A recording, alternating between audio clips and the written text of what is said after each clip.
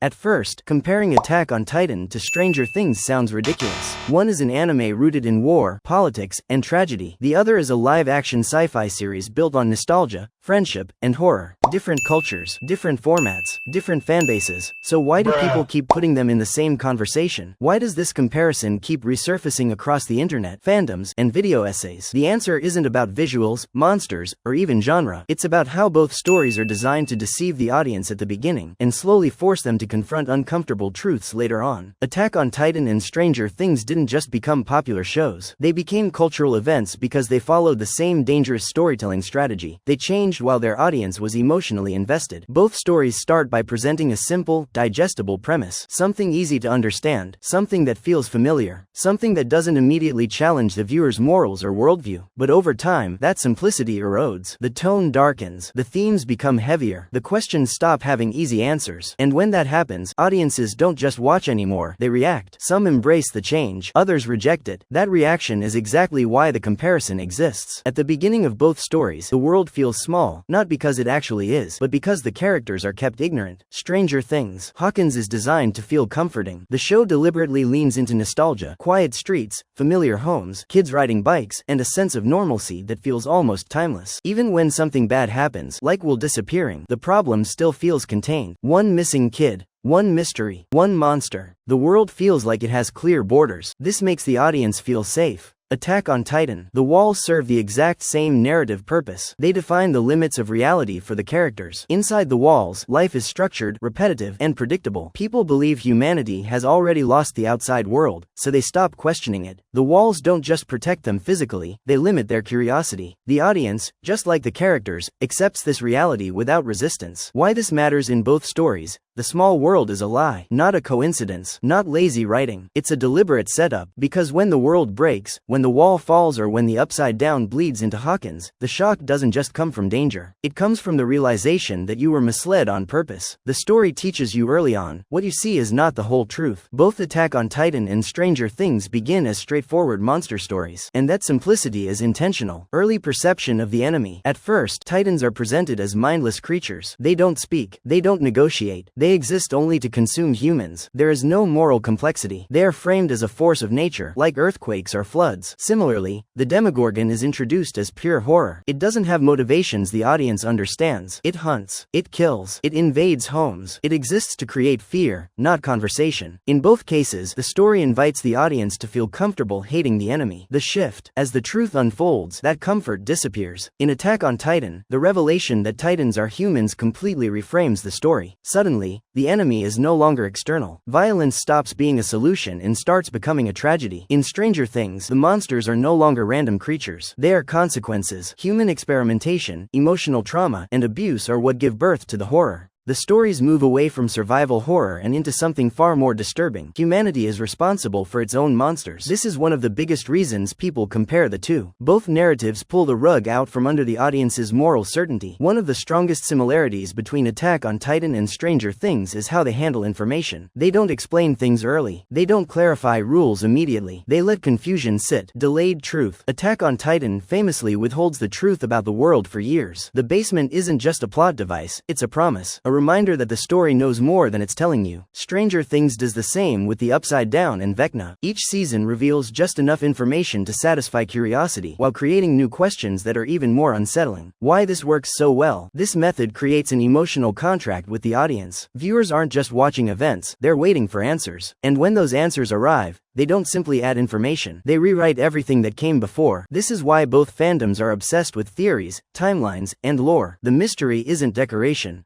it's control. One of the most emotionally important reasons people compare Attack on Titan and Stranger Things is how both stories treat childhood, not as something protected, but as something fragile and temporary. In Stranger Things, the early seasons frame childhood as a buffer against the world. The kids don't fully understand the danger around them, and that ignorance acts as a form of protection. They fight monsters with bikes, flashlights, and jokes.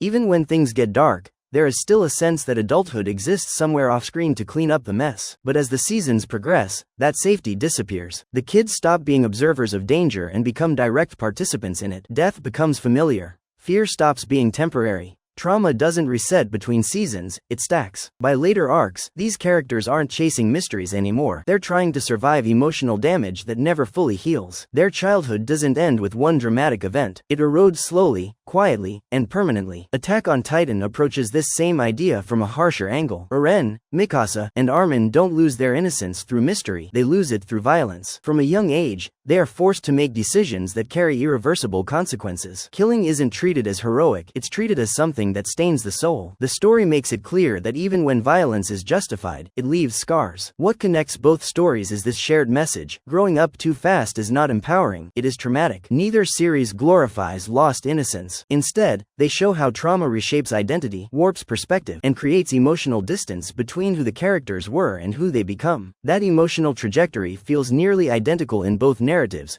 which is why viewers instinctively connect them. Another major reason people compare Attack on Titan and Stranger Things is because both stories change the rules mid-journey, and not everyone is willing to follow. In their early stages, both shows operate within tight boundaries. The problems are localized, the threats are identifiable, the emotional stakes feel personal rather than abstract. Viewers know what kind of story they're watching, and that familiarity creates comfort. But as both stories progress, that comfort is intentionally dismantled. Attack on Titan slowly abandons the idea that survival alone is the goal. It introduces history, politics, nationalism, and cycles of hatred that stretch far beyond the main characters. The story stops asking, "How do we survive?" and starts asking, "What kind of world deserves to survive at all?" Stranger Things undergoes a similar transformation. The show moves away from a single mysterious threat and toward a broader exploration of trauma, memory, and control. The danger stops being limited to monsters and starts living inside the characters themselves. This escalation divides audiences because it demands more emotional and intellectual engagement. Some viewers want stories to remain within the boundaries that made them fall in love initially. Others appreciate growth, even when it becomes uncomfortable. Both shows choose discomfort, and when a story refuses to stay familiar, it naturally becomes controversial. That shared risk is a huge reason why the two are so often compared. One of the strongest narrative parallels between Attack on Titan and Stranger Things lies in how both handle their antagonists, not as monsters to be defeated, but as ideologies made flesh. Vecna does not see himself as evil. From his perspective, the world is broken, repetitive, and dishonest. His hatred isn't random, it's rooted in emotional neglect, abuse, and a sense of isolation that eventually transforms into a desire for control. His powers don't heal his pain, they magnify it. Trauma becomes his weapon, and suffering becomes his justification. Eren follows a disturbingly similar path. He doesn't wake up one day and decide to become the enemy. His worldview is shaped by confinement, fear, and inherited hatred. To him, freedom is not an abstract idea, it's something that must be seized, even if the cost is unimaginable. He convinces himself that destruction is not cruelty, but necessity. What makes both characters unsettling is not their actions alone, but their logic. The audience may reject their conclusions, but it cannot easily dismiss their reasoning. Both stories force viewers into moral uncertainty, asking questions without offering clear answers. That shared moral discomfort is a major reason these two stories are constantly placed side by side. By the time both stories reach their later stages, they no longer fit cleanly into their original genres. Attack on Titan begins as a survival horror anime, but evolves into a reflection on war, history, and humanity's inability to escape cycles of violence. It questions whether progress is real or simply a repetition of the same mistakes under different names. The story becomes less about winning and more about understanding the cost of survival. Stranger Things follows a parallel evolution. What starts as a nostalgic sci-fi horror slowly transforms into a story about grief, memory, and the fear of losing the people and identities that define us. The upside down becomes less important than the emotional damage left behind by confronting it. Both narratives end up asking the same existential questions. What does it mean to grow up in a world that is fundamentally broken? Can trauma ever truly be left behind? And is survival meaningful if it requires becoming something unrecognizable? These are not questions typical of genre entertainment. They are reflections on human experience. And that transformation, from simple horror to existential weight, is the deepest reason people continue to compare Attack on Titan and Stranger Things. People don't compare Attack on Titan and Stranger Things because they look alike. They compare them because they feel the same emotional pressure over time. They start by holding your hand. They end by letting go. And that's why they stay with people long after the screen goes black.